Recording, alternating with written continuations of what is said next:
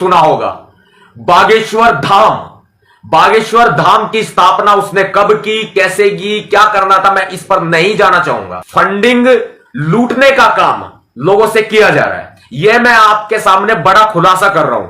और देश हित से जुड़ी हुई बात इंपॉर्टेंट इसलिए है क्योंकि जो ये धीरेन्द्र कुमार गर्ग है, ये जिस आस्था के नाम पर, जिस देवता के नाम पर, जिस धर्म के नाम पर लोगों को मूर्ख बनाने का काम कर रहा है, लोगों को भ्रमित करने का प्रयास कर रहा है, लोग आजकल अंधविश्वास में इसके पास दौड़े चले जाते हैं।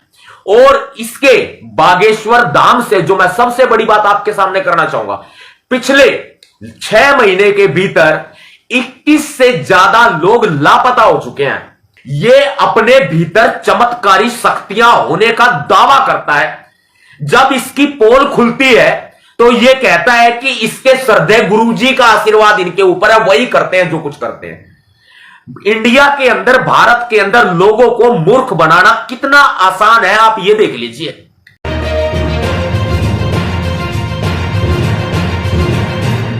यह बात देश हित से जुड़ी हुई बात है। यह बात जो गरीब लोग हैं, जो परेशान हैं, जो आस्था की वजह से ठग लिए जाते हैं, सिर्फ आस्था की वजह से, यह वीडियो उसके लिए है। और मैं बताना चाहूंगा, आपने नाम तो जरूर सुना होगा बागेश्वर धाम। बागेश्वर धाम की स्थापना उसने कब की, कैसे की, क्या करना था, मैं इस पर नहीं जाना चाहूंगा।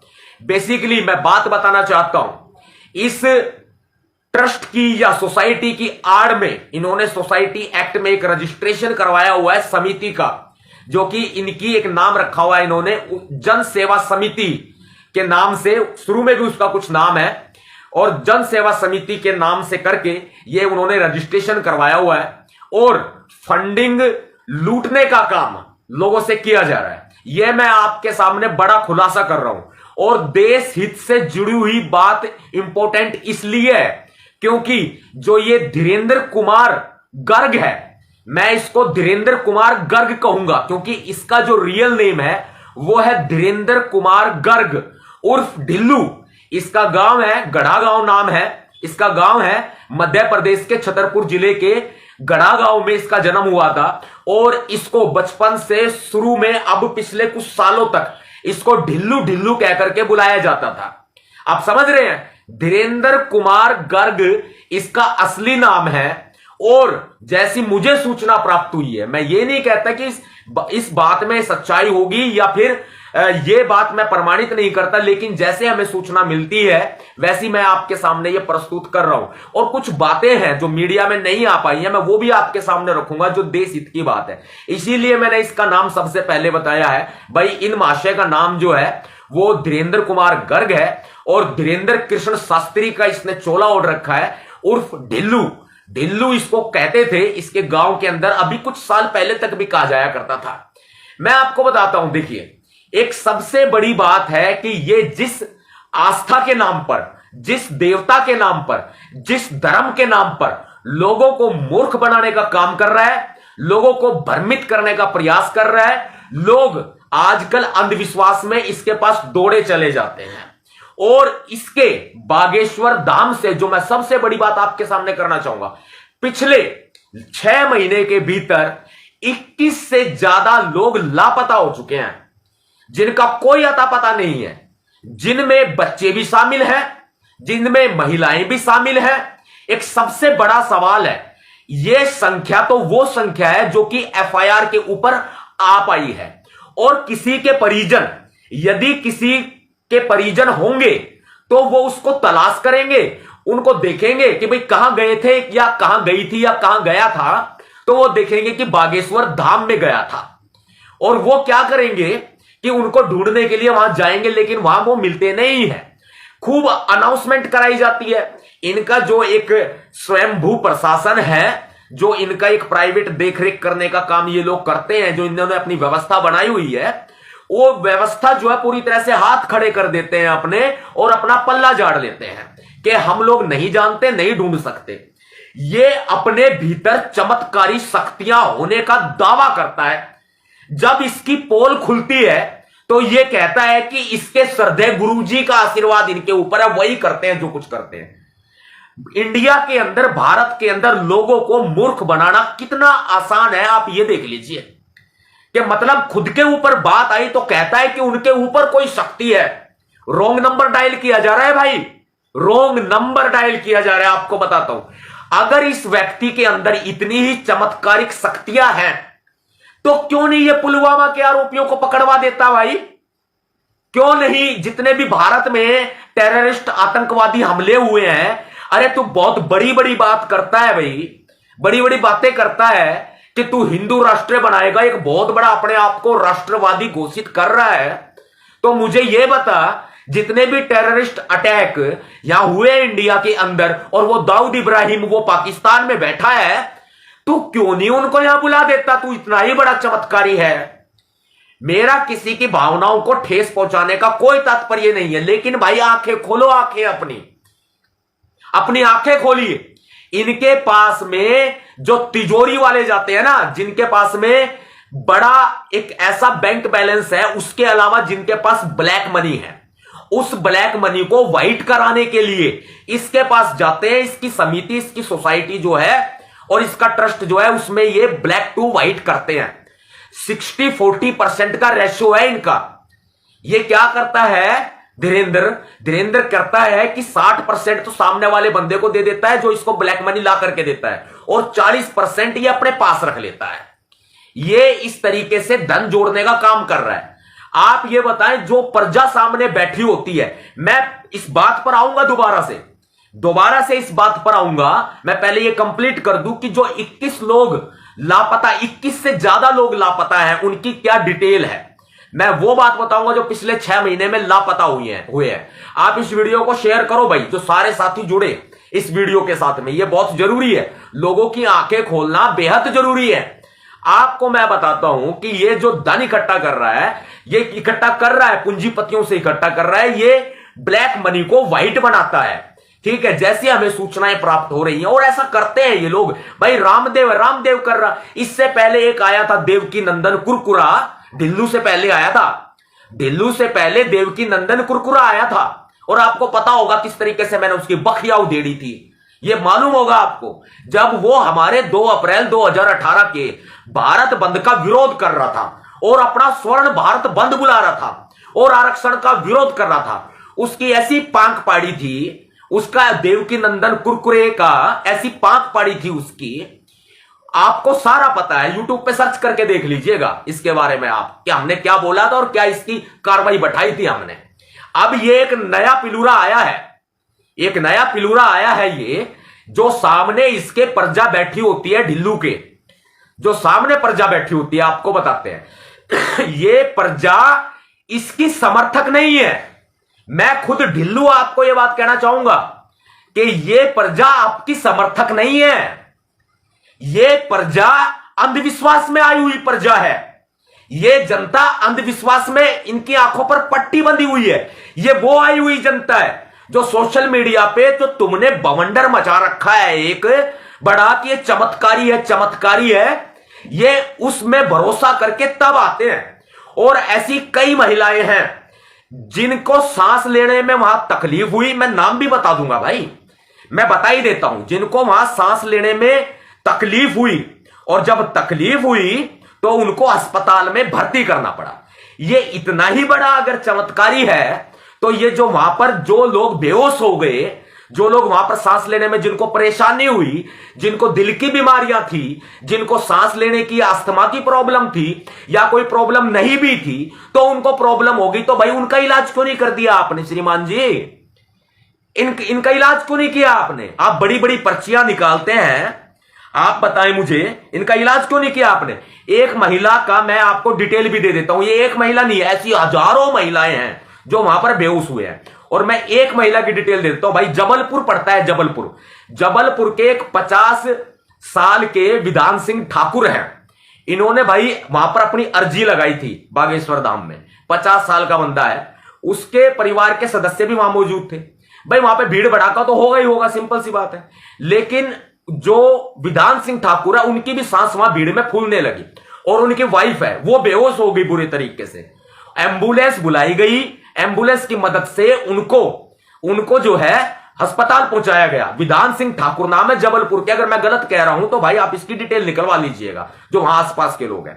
इसी तरीके से यार इसमें एक बयान भी है, किसका वाला, ये जो है डॉक्टर अमित है, मेडिकल ऑफिसर हैं डॉक्टर अमित तिवारी, इनका बयान भी है। इन्होंने प्रूव किया है कि वहां पर बेहोश होते हैं लोग, जब भी इनका प्रोग्राम होता है तब वहां बेहोश होते हैं और सैकड़ों लोग अस्पताल में भर्ती होते हैं।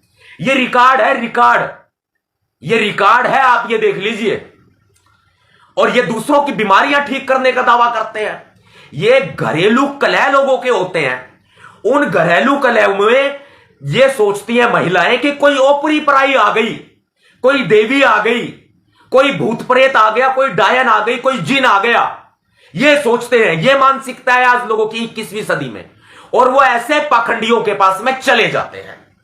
और इसमें सबसे ज्यादा मुझे बताते हुए आश्चर्य नहीं हो रहा है, आपको आश्चर्य होगा कि इसमें सबसे ज्यादा संख्या, जो 90% संख्या इसके पास जाने वालों की, वो संख्या है एससी, एसटी, आदिवासी, ओबीसी। यानी कि ओबीसी सारा पाखंड में घुस गया, एससी और एसटी भी पाखंड में घुस गया और इन लोगों की तिजोरियां भर रहा है।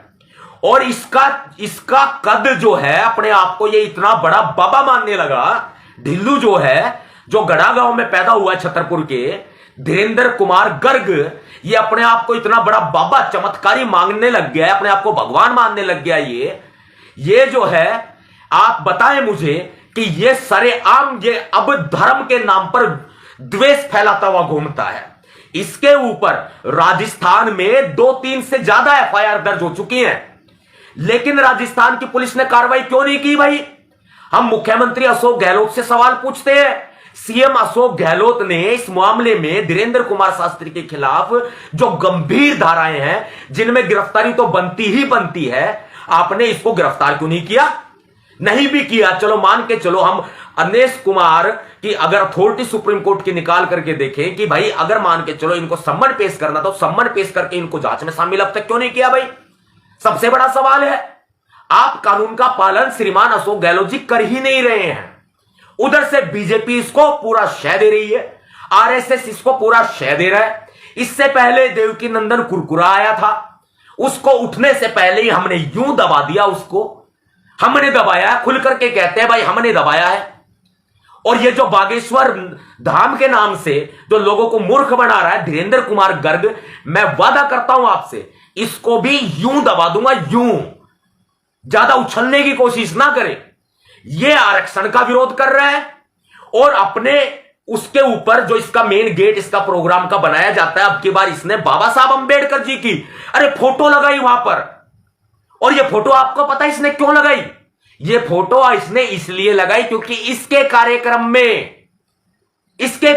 में सबसे ज्यादा एससी और एसटी जाते हैं, ओबीसी जाते हैं। तो उनको ये दिखाने के लिए कि ये भी एक बहुत बड़ा दलित हितैषी है। और अपने बहुजन समाज के लोग तो भाई दिल के इतने इतने इतने नरम हैं कि किसी भी ऐरे गहरे नत्थु खैरे पर उठा करके भरोसा कर लेते हैं, चाहे वो किसी भी जात का हो, चाहे वो किसी भी धर्म का हो, उसके ऊपर विश्वास कर लेते हैं। और यही हालात यहां हो रहे हैं।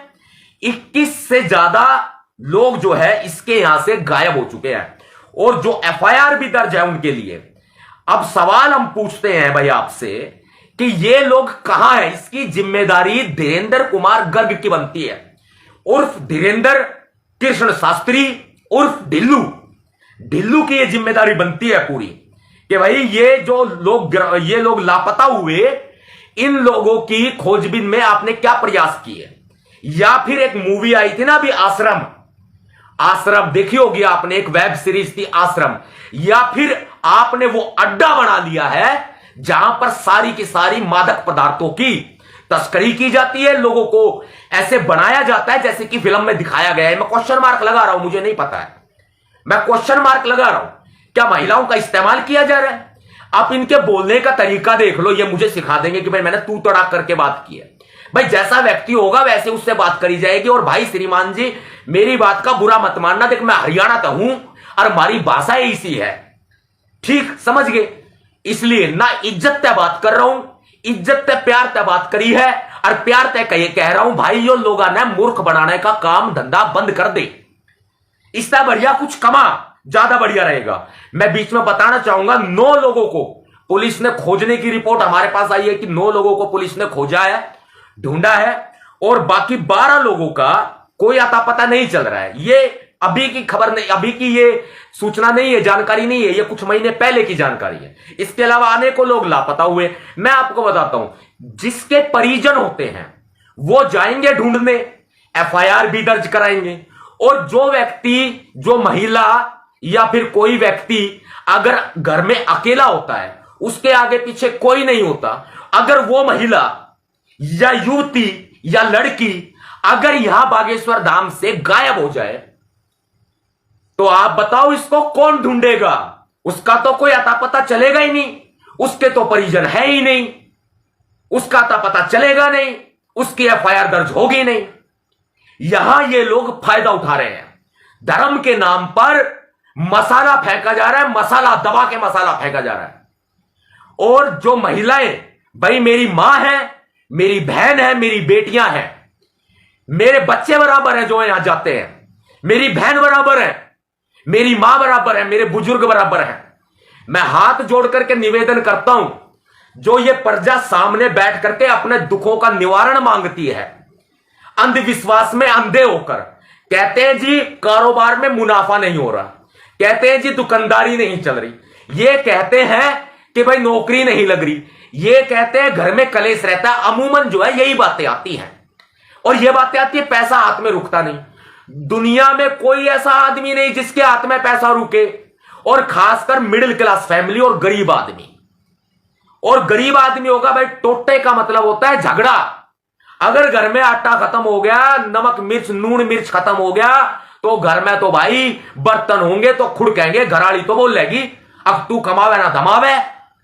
और ऐसे बहुत सारे लोग हैं जिनके मर्द जो है, आदमी जो है, बुरा मत मानना मेरी बात को, नोट कर लेना, कड़वी है बात, जिनके मर्द जो है सारा सारा दिन और रात दारू पीते हैं, सुबह उनकी आंख खुलती है, ठेके पे पहुंच जाते हैं, शराब का सेवन करते हैं, देसी मदिरा पीते हैं, वो महिलाएं दुखी होती हैं। वो फिर इन बाबाओं के पास नहीं जाएगी तो भाई रे कहां जाएगी? इसमें मर्दों की भी सबसे बड़ी कमी है। सारे मर्द एक जैसे नहीं है, लेकिन बहुत से मर्दों की असंख्या यही जनसंख्या है, असंख्य जनसंख्या है, जिनकी गिनती नहीं हो सकती है। मेरा आपसे निवेदन है कि अपने घर की महिलाओं को रोकें, इनके पास जाने से ये अपनी फरियाद लेके जाती है, और ये आदमी कहता है ये तो इसके समर्थक है, समर्थक। जिस दिन, सुनो भाई, सुन लो मेरी बात को कान खोल करके, और धीरेन्द्र कुमार गर्ग भी सुन ले।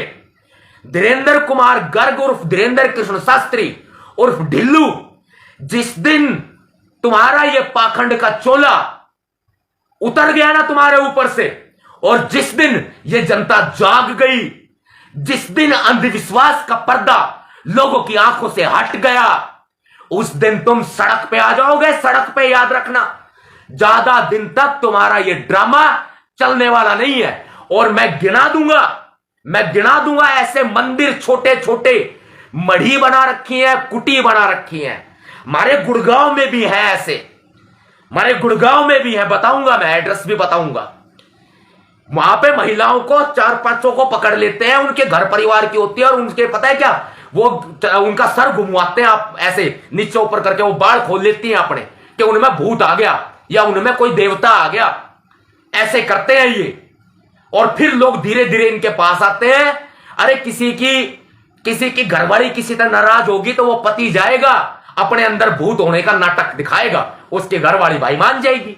किसी का पति नाराज होगा, घरवाली जाएगी और अपने अंदर भूत होने का नाटक दिखाएगी, और भाई पति मान जाएगा, और ये देखेंगे फिर कैसे गृहस्थी चलनी है। लेकिन भाई ये झगड़े खत्म नहीं होंगे, ये दुनियादारी के झगड़े हैं। मैं आपको बता देता हूं, बड़ी सीख दे देता हूं, दुनिया का कोई भी बाबा, कोई भी जो धर्मात्मा अपने आप ने कहता हो, मैं गारंटी देता हूं वो आदमी आपको यह बात नहीं बताएगा जो मैं बताने वाला हूं। मेरी बात को सुन लो ध्यान से। अगर जीवन है तो सुख भी है और दुख भी है, जिंदगी है तो सुख भी है और दुख भी है, और दुख को देख करके तुम काहे घबराते हो?